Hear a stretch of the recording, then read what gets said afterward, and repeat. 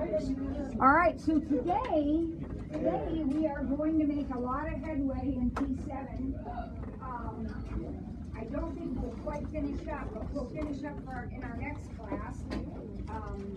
And then we'll start doing the review. So sometime next week we're going to have a test. Yeah, we'll figure that out shortly. Oh, it's not just on Monday? Coming up. No, we won't be ready on Monday. Oh, okay.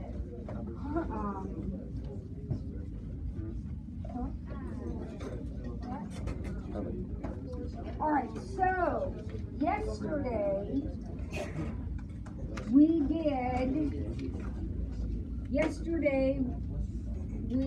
finished that. Did we do 2A yesterday? No, so we're ready to start number 2. We are. Which is on the back of page 6 of your notes, the back of page 6 of your notes. Yeah. Pages are numbered. So we're ready to start. This guy? Yes. I thought we did it already. No, we haven't. We didn't? Okay. So here's what I want you just to think about for a second. When you look at that problem, when you look at this right here, you're almost programmed to think about doing something. What pops into your head when you see that guy? You think of factoring it. So I want you to factor it. Now, when I factor, let's see, how does that factor? X minus 5 plus 1. I thought we did it already. Actually we did. I was mad at you. You were all packed up. You were all zoned out. You were all ready to dash out of the room. And I made you stay until I got done with this problem. But clearly you weren't focused, most of you. I thought it was an extra problem. It's not an extra problem. No, it is a required problem. So we said, all right, so we got these, this thing factored. We're going to put a couple dots on the number line. And I remember asking you, just take a wild guess where you think the dots would be. And you all said -1 and 5. Notice that when I put those dots on the number line, they are in the order that they come on the number line. So even though the 5 is the first factor, it's the second number on the number line. These have to be in order. And then, because it's an inequality, it's going to involve some shading. And if you think about what we talked about yesterday, greater than always means what? Outside? Greater than means outside. So we are going to shade outside. It's a 2-part shade. So therefore it's a 2-part answer. We want all the x's less than -1, or we want the x's greater than 5. And that's the answer. That's all there is to it. So when I look at the next one, I'm not going to be at all confused. What do you think I'm going to do first with this one, Emma? Well, for that problem, for some reason, I don't know, but somehow I got x is greater than -1. I don't know how. Well, I know what you did, and what you did is wrong, so you got to stop doing it. But you're used to, when you have a problem that says x minus 5, x plus 1 equals 0, you're used to saying, okay, so x minus 5 equals 0, x plus 1 equals 0, so x equals 5, and x equals -1. Yeah. Okay, so what you did was you said, okay, well, everything's exactly the same, that's just a greater than. Yeah. So I'm going to do this. And then I get this. That's wrong. Doesn't work. Wait, so how did you do it? You put the numbers on the number line, and then when it's a greater than, you shade out, just like we did yesterday. Oh, yeah. When it's a less than, you shade in. You're trying to use a property of equations to solve an inequality, and it just doesn't work. Okay? So I'm kind of showing you this is the way we handle a quadratic inequality. So when we have a quadratic and an inequality, this is the process we do. Okay? So when I see, oh, it's a quadratic and it's an inequality, I'm going to start by doing what? Factor. Factoring it. And this one is going to factor how? X minus 5, X plus 4. Oh. Or wait. Wait. Wait, no, I did that wrong. You did. Because if you FOILed this, what would your last number have to be? It would be a good 20. It'd be a 20. And Yeah, never mind. Yeah. It would be 10 and 1. 10 and negative 1. Plus 10 minus 1? Yep. Kids, I'm almost 60 years old. I've been a math teacher for almost 40 years, and you know what? I still check my FOILing, my factoring. If I am not sure, I just do a quick check in my head. When I FOIL this back together, does it give me a positive 9? Negative 1, positive 10, that works? Yes. Does it give me a negative 10 on the end? Yep. Yeah. I always do that quick check because it's too important. If I miss it, if I factor wrong, I'm going to miss the problem. All right, so I got it factored right. I'm going to draw the number line. I'm going to put 2 dots on the number line, and this time those dots are going to be colored, right? Yep. This connects directly to what we did yesterday, guys. I got 2 dots on the number line. Where are the dots going to be? Negative 10 and 1. Negative 10 and 1. In that order, right? Now, this time the symbol is a less than. I'm going to shade in between my dots. That's a 1-part answer. So when I write my answer, I'm going to write it as 1 part. Negative 10 less than or equal to x less than or equal to 1. Or I will write it in my interval notation, which is actually easier this time. With this kind of answer, it's easier to write it that way. With the brackets, either one is fine, doesn't matter. Are shading signs are always a problem? Yes.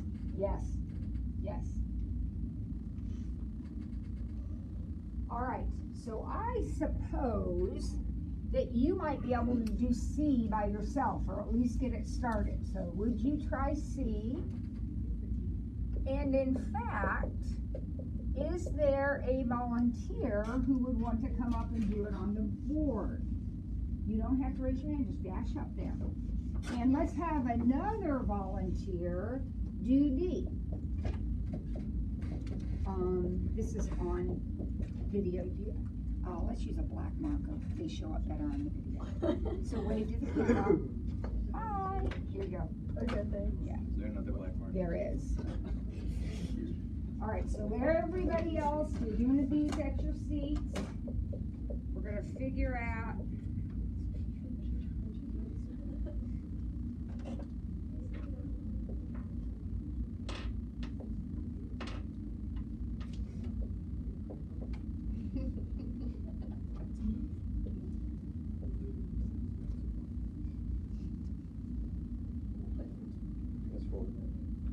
Is it wrong if you don't include the number line? If you what? Don't include the number line? No, I'm not grading the number line. I'm grading your answer. So I think the number line helps, but if you want to do it without a number line, that's okay.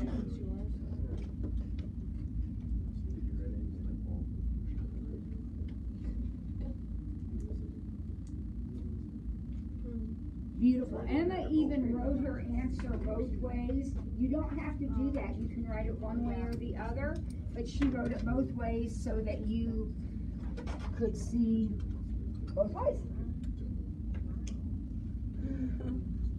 Wow. Good job on the factoring here. Sometimes people factor that wrong. You factored that perfectly. Those are both right.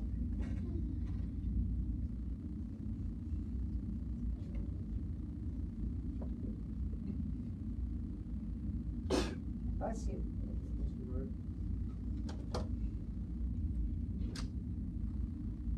Is there anybody that has a question about either one of those? Because the next one is a little bit different.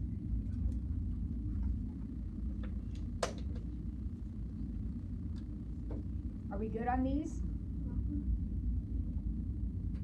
Malcolm, you got it?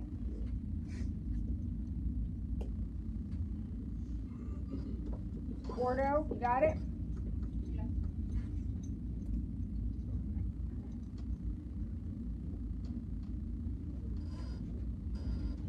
Are you related to, do you have a freshman sister? Yeah, Maddie. Yeah, I had her this summer. She's a dear.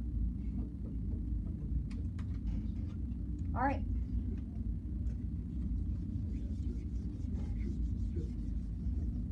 Let's look at this next one. Oh, goodness. You have to take out next. What is different about this, gang? You have to add Okay, yes, it is a cubic equation.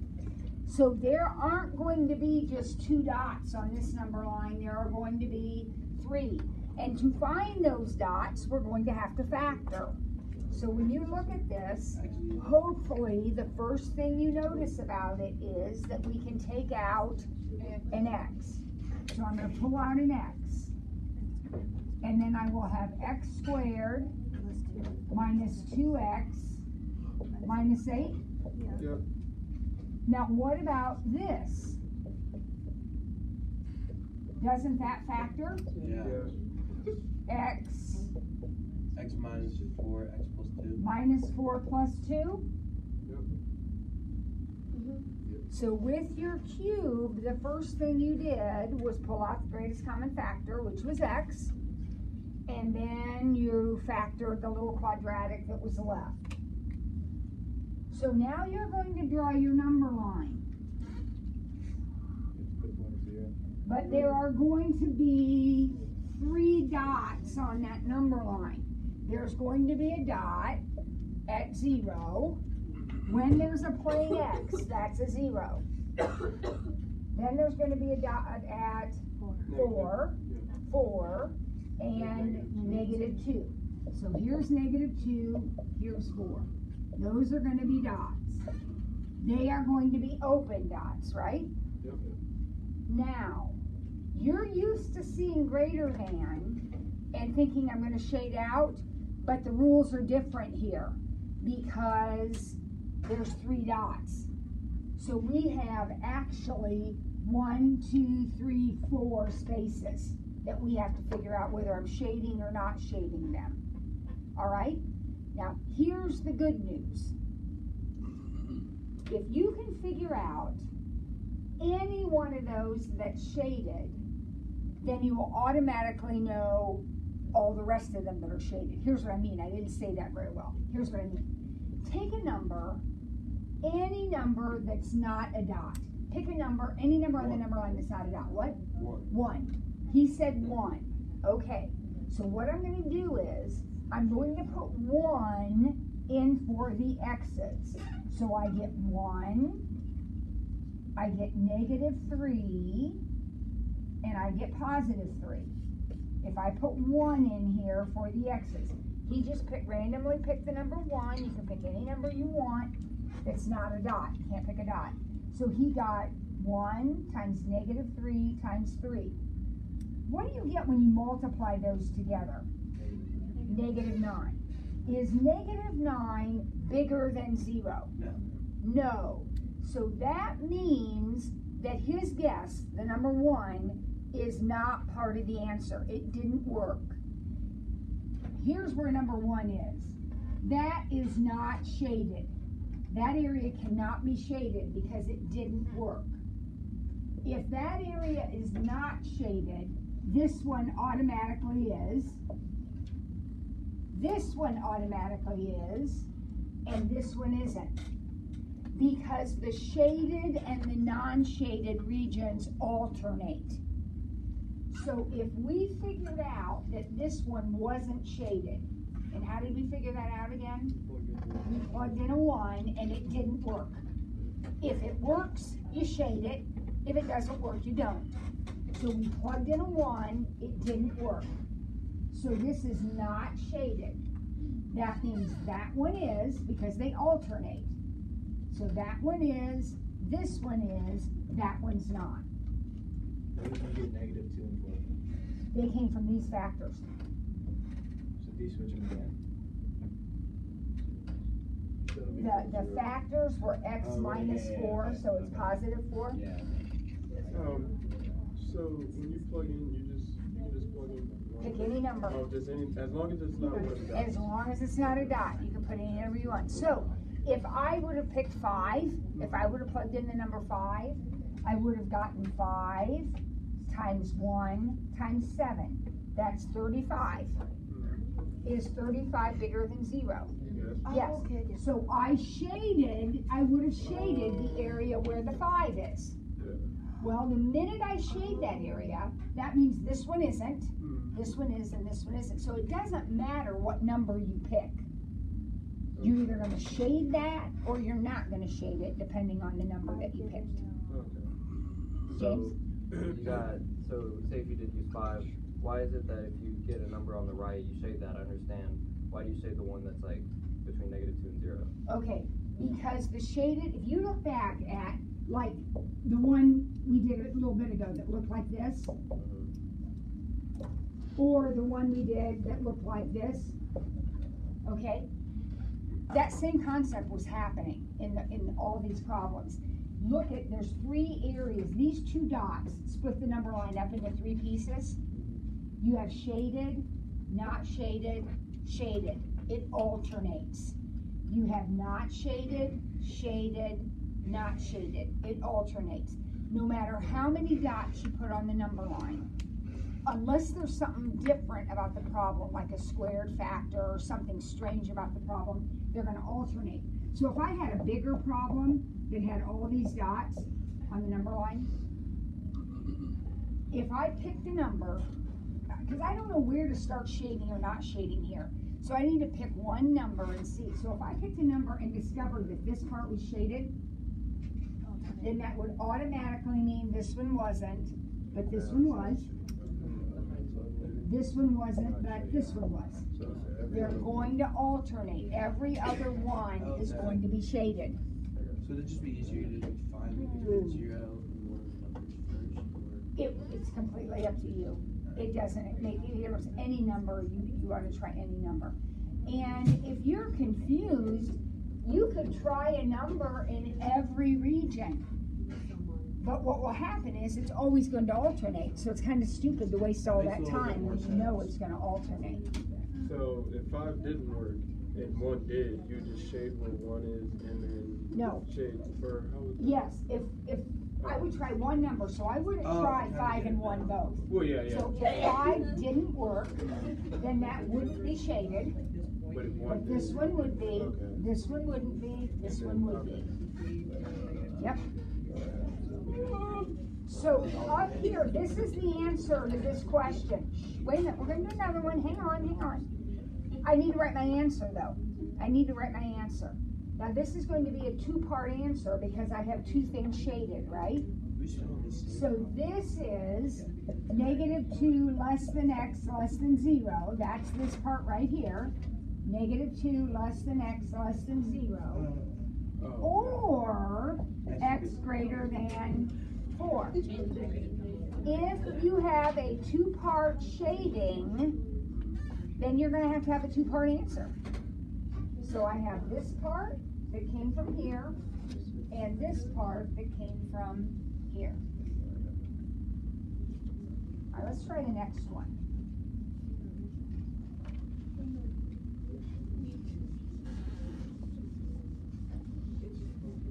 Okay, it's another cube.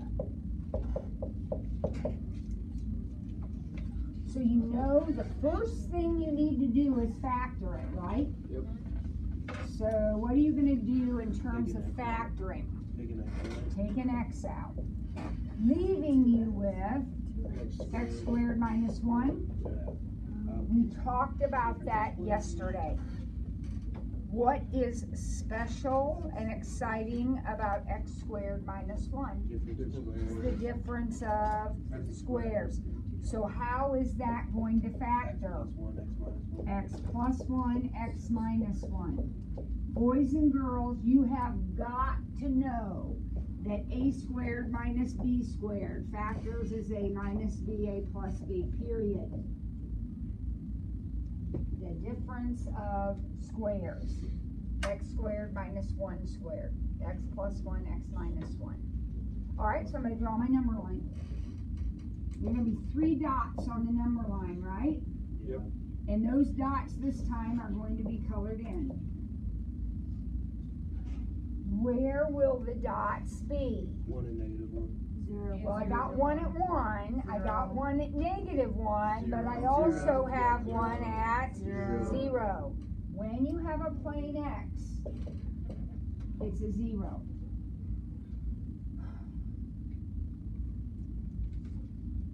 Right? Yep. Now, what do you do next? Plug in. Pick any number 2. that isn't up there. So somebody said 2. 2 is fine. It doesn't matter. Pick a number that's not a dot. If we put in a 2, we get 2 times 3 times 1. Yep. What is 2 times 3 times 1? 5. No, 6. 6. Is 6 less than or equal to 0? No. This says 6 has to be less than or equal to 0. Is that true? No. So what does that mean? You don't shade 2. 2 didn't work. This is wrong. So you don't, here's where 2 would be. You don't shade it. If you don't shade that, then you must shade this. You don't shade that, and you shade this. Yeah. Yeah. Fair. Because the number you picked, 2, didn't work. If it doesn't work, you don't shade it. Now, I need to write my answer. It's a 2-part shading, so it's going to be a 2-part answer. This part says x is less than or equal to negative 1. X is less than or equal to negative 1. Or x is between 0 and 1. Remember, when you write a compound inequality, when you have a thing like this, you write a compound inequality. Remember, you put your 2 numbers and x in between them, and these are always less thans or less than or equal to. Always, always, always. And that's the answer to your question. Can we just do like another sample? Yeah, not right now. Okay, not right now. Try and get it. Okay, what we're going to do right now is go ahead and do a couple of these ball in the air problems, and then we're going to come back. We're going to have a quiz next time we're together, and we'll do a couple practice problems that are going to be on our quiz. But first, we want to start with our projectile motion problems, which is the very last thing we need to talk about. So we're going to do one of these, and then we're going to practice for our quiz, okay? You need your calculators, so get your calculators out.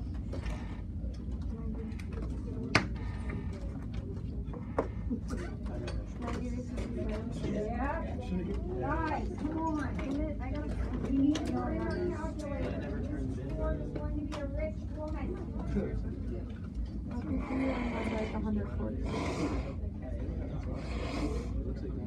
Need to be responsible.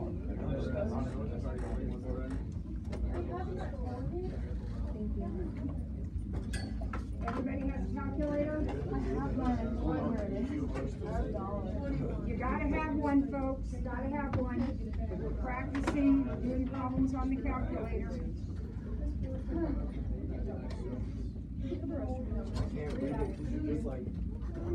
Everybody's got one? Yeah, I got one.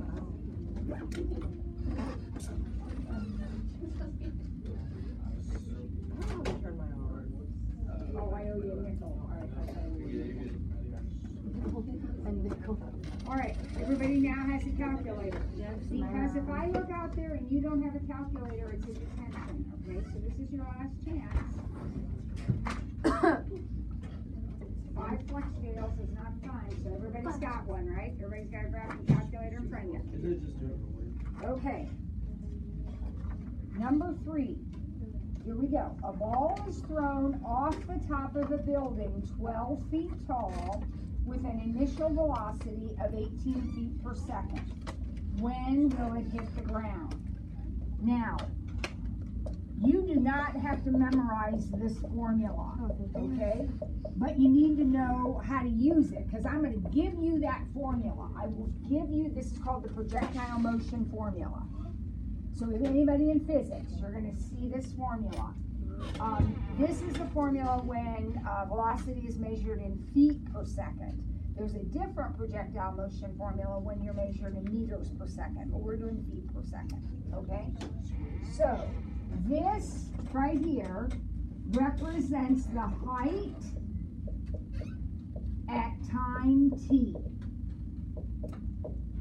So in other words, S of 5 would be the height after 5 seconds. S of 2 would be the height after 2 seconds. T is the number of seconds.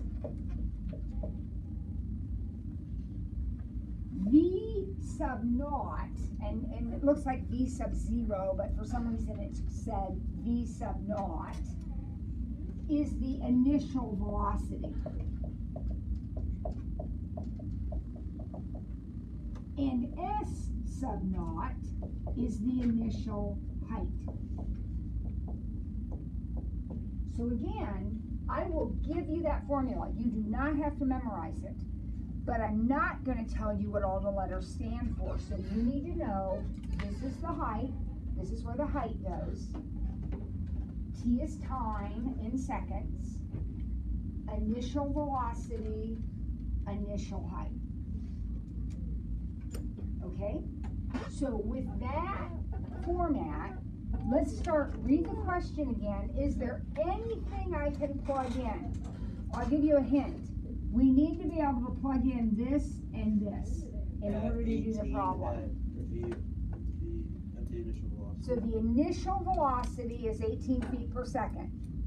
So we're going to put 18 right here. So negative 16t squared plus 18t plus 12.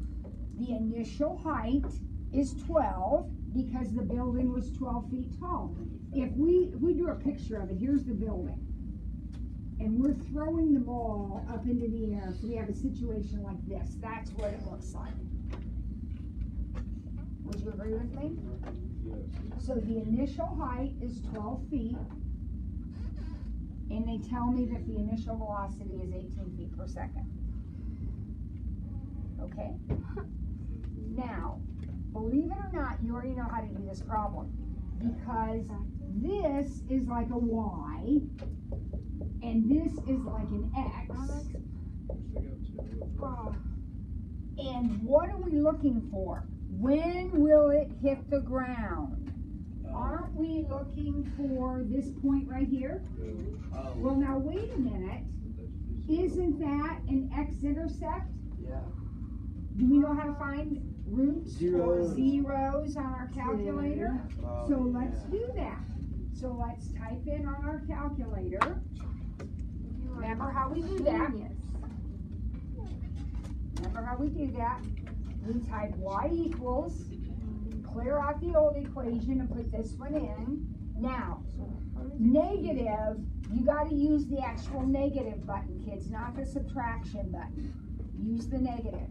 So negative 16 variable squared plus 18 variable plus 12. And hit graph. Now, you may have gotten some funky looking thing, and that's okay. Remember, as long as you see, I'll show you what I see.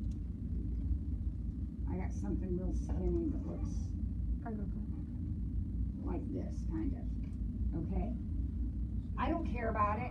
This is the only point I care about right there, right? So remember how we do that. Second calc, 0, because we're looking for an x-intercept.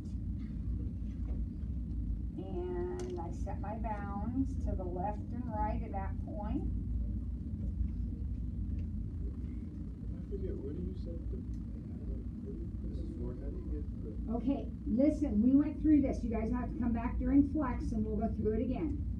But I'm not taking class time to do that all over again. It's about 1.6. What happens if you got like just a line like that? Okay, well, you probably typed it in wrong. You So want us to try, round it up? try Zoom 6. Well, it's 1.5951695. So how are we reasonably gonna round I that? would say 1.6. You can't say 1.5. I think It would have to be 1.60. 1.5951.7. So what is the answer to the question? 1.6 seconds. When does the ball hit the ground? After 1.6 seconds. Now, if you didn't get that, I want you to write this down and come back here in flex and we'll go back through the calculator with you again. Okay? But, because I'm not, we've already done it. We spent a whole day on it. We're done with that. We need to remember how to do it. Now, the next question. When will it be 15 feet above the ground? Okay, so think about this now for a minute. Here's the situation. We have this ball that's already starting at 12 feet above. We throw it up and it comes down. The question is, at some point up here, so there's like 13, 14, 15, at some point, it's going to be 15 feet above the ground. And we want to know when that is. So I want you to come back to your equation. All these problems use that same equation. Plug it in. 15 is something. Is 15 a height or is it a time? It's a height. So in my equation, doesn't the 15 have to go here? Yeah. Isn't that where the 15 goes? Yeah. So 15 is negative 16x squared plus 18x plus 12. Subtract it over. Subtract it over because anything I do with quadratics has to be equal to 0. So I'll subtract it over. So I have negative 16x squared plus 18x minus 3. Yep. So now I'm going to go back to my calculator and I'm going to type in this equation. As well or different? No, clear the other one out. Well, I want to do one equation at a time. Otherwise I end up with two pictures and I don't want two pictures.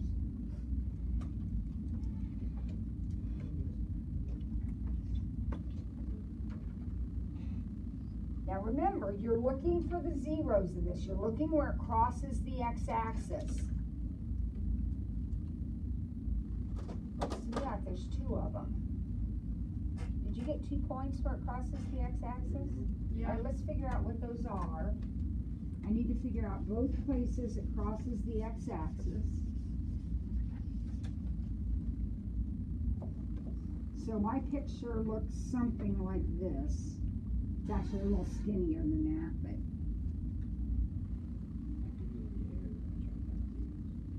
oh, well, be careful because they're very close together. Should we zoom in? Well, you certainly can. If they're so close together, remember when you set your bounds, those little arrow things, they have to be just around 1. They're so close together, if you tried to do this, it would give you an error. Okay. So if you want, go to window. Listen, go to window, and you see where the x's are negative 10 to 10? Yeah. Make them negative 2 to 2. Did that spread those out for you a little bit? Yeah. So now they might be easier to find. So second calc.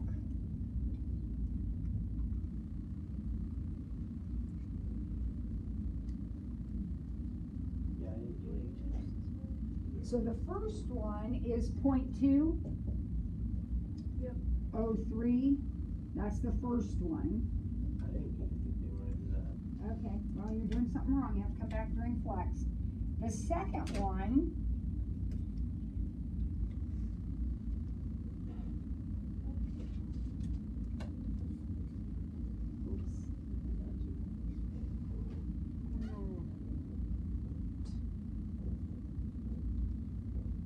is at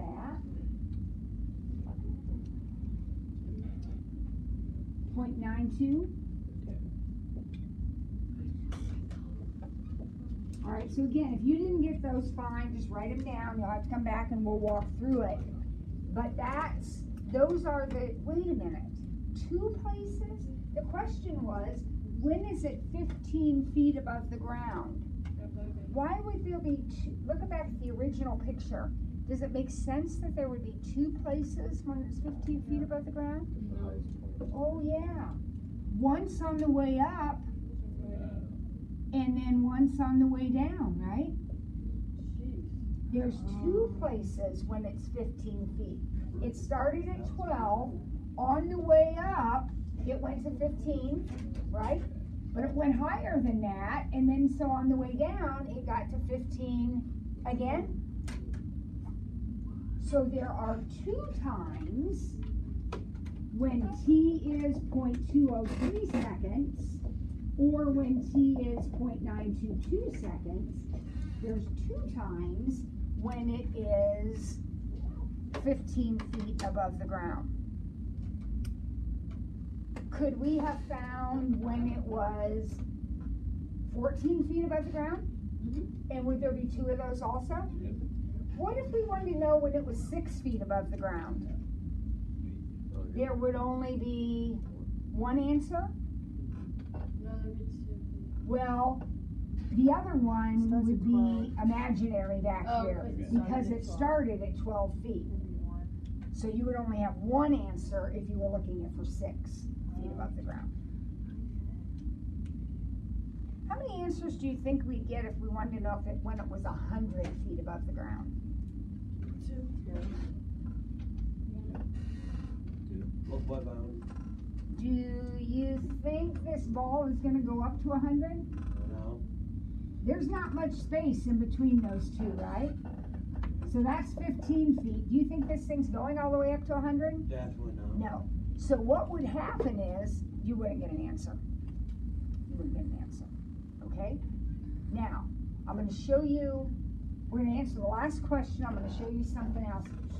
I may have to save that because we need to do some movies. So let's do the last question for this problem. How high is it after 1 second? Now remember, come back to your equation. Every part, A, B, and C, is going to come back to this equation. Wait, could you just go on the x-axis and then How high is it after 1 second? Believe it or not, you don't need a calculator for this. Plug in 1. The number they give you is either a distance or a time, right? They give you 1 second. They say, how high is it after 1 second? So you're just going to take your equation and you're going to put in ones where? X. So it's going to be negative 16 plus 18 plus 12. Go back to the original equation. T is the time. You're going to plug in 1 second. And the answer is what? 14 feet. So after 1 second, it's 14 feet above the ground. Okay, can you wait 10 minutes? 8 minutes? I really don't think I can. All right, hurry up. Sorry. Okay, so we're going to do another example here, but I want to remind you of a couple of things. I'm going to give you the general formula. You need to be able to plug in the initial velocity and the initial height. Then that equation is the one you use for every single part of the problem. You come back to that equation. If they give you a height, when will the ball be 30 feet above the ground? You put in 30 for the height. If they give you a time, how high is the ball after 2 seconds? you put in 2 for the time, Or time. right? That's how you do it. Now, I gotta make myself a note, because there's one more thing I want to talk to you about.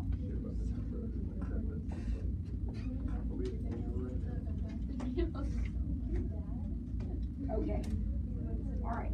Now, we're gonna have a quiz next time. So either on a piece of paper or on the desk. Remember, markers are back here, and use a rag to clean them off. Here are a couple of practice problems for your quiz.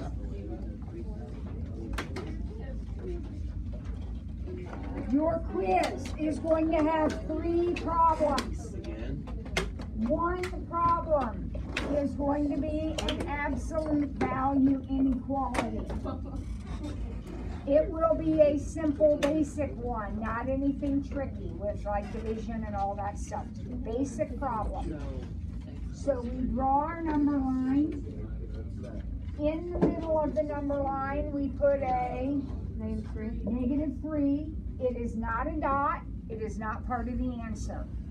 We start at that point, count forward 4, putting us at 1. Count backward 4, putting us at -7. We color in the dots. And because it's a greater than, we shade out. And then we write our answer, 2 parts. X is less than or equal to -7, or X is greater than or equal to 1. One question on the quiz is going to look just like that. Absolute value inequality. If it were less than, you'd shade in between. All right, everybody good with that? Remember, you can come back here and flex if you got a question. Second question on the quiz is going to look like this. It's going to be a quadratic inequality. It's going to be an x squared. It's not going to be an x cubed. It's going to be an x squared. So we talked about these today. What are you going to do with this? You're going to factor it. You're going to factor it carefully. Think about the signs. So x plus 6 minus 1. That's exactly right. Very, very good. Whoever said that. Awesome.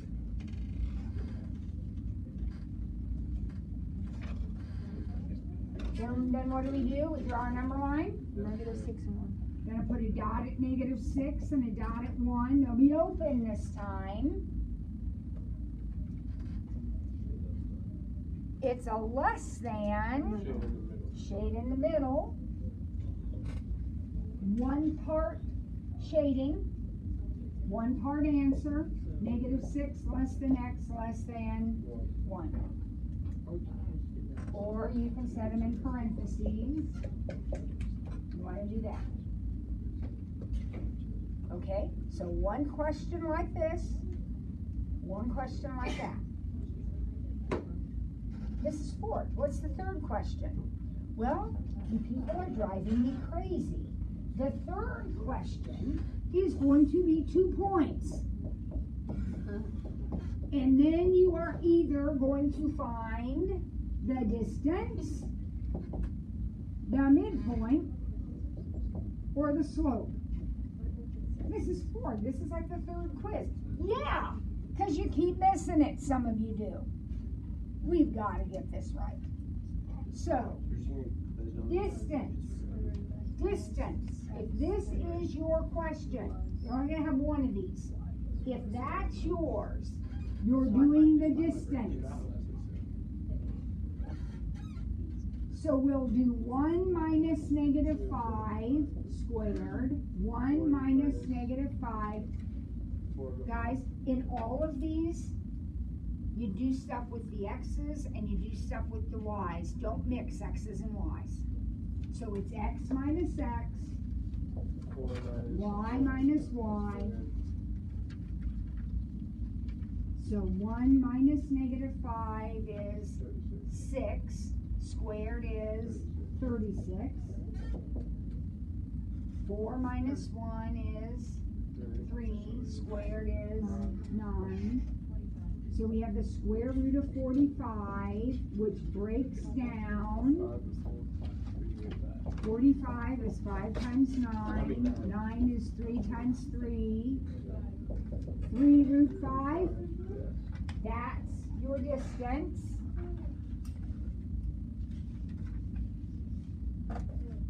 So some of you are going to have that question.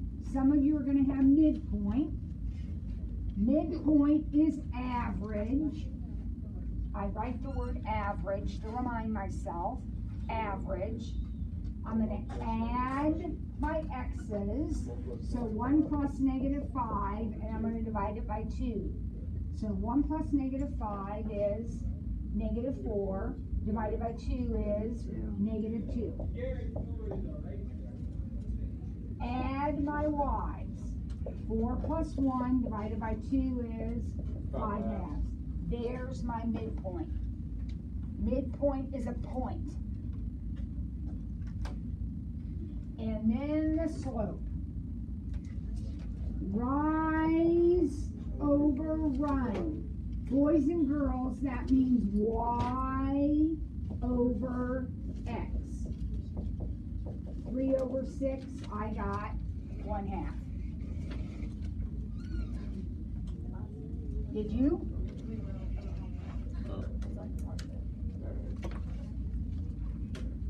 All right, so what's on the quiz tomorrow? Or Friday. gosh, Friday already? Quiz will be Friday? Okay, so what's on the quiz? 3 problems, right? Absolute value inequality, quadratic inequality, and then one of these guys. Got it? All right, nobody leaves, so I get my calculators back, and I owe you 5 cents, so hang on a minute. I need back 1, 2, 3, 4, 5 calculators. Two. Nobody leaves. Whoa. Nobody leaves. I get all my calculators back. There's 3. There's 4. 1 more. Here it is. All right. All right. Bye. Have a good day. I'll see you Friday. No.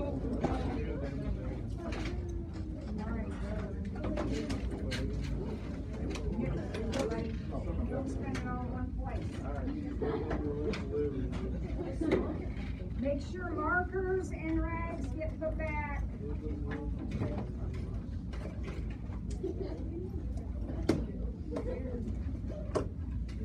Magnus, you still owe me another quiz here. Which one? The one you missed yesterday because you were late. Or the other day. You missed the quiz. Can I come in during flex? Yeah. Okay, so what period do we have next? Next A period. We have A and then we have flex. Okay, so I'm just done. Is this your stuff, John? That was left? I got my flex. What for? To get help with the calculator? Yeah, this is the one problem where you said change the x's to like negative 10 and 2 or something like that. Oh, yeah, the window. I changed the window so I could see the picture better. Yes, Yeah, when I and tried they're in doing flex. that, it just didn't show anything. Well, then you better come in. I'll be back. I'll be here. Yeah. Theology now? Thank you for dressing up like they asked you to. That's awesome. I thought we were. I'm worried I think the senior pictures are going to be terrible if kids don't dress up. Yeah. Mommy was wearing jeans. Well, jeans are fine. You Wait, are? you have jeans on? Yeah.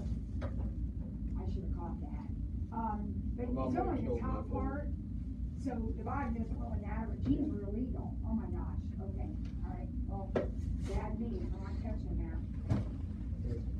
I know, I was too wrapped up in my throwing rocks off the buildings. Have a good day. All right then. Okay, boy, we have got so much to do.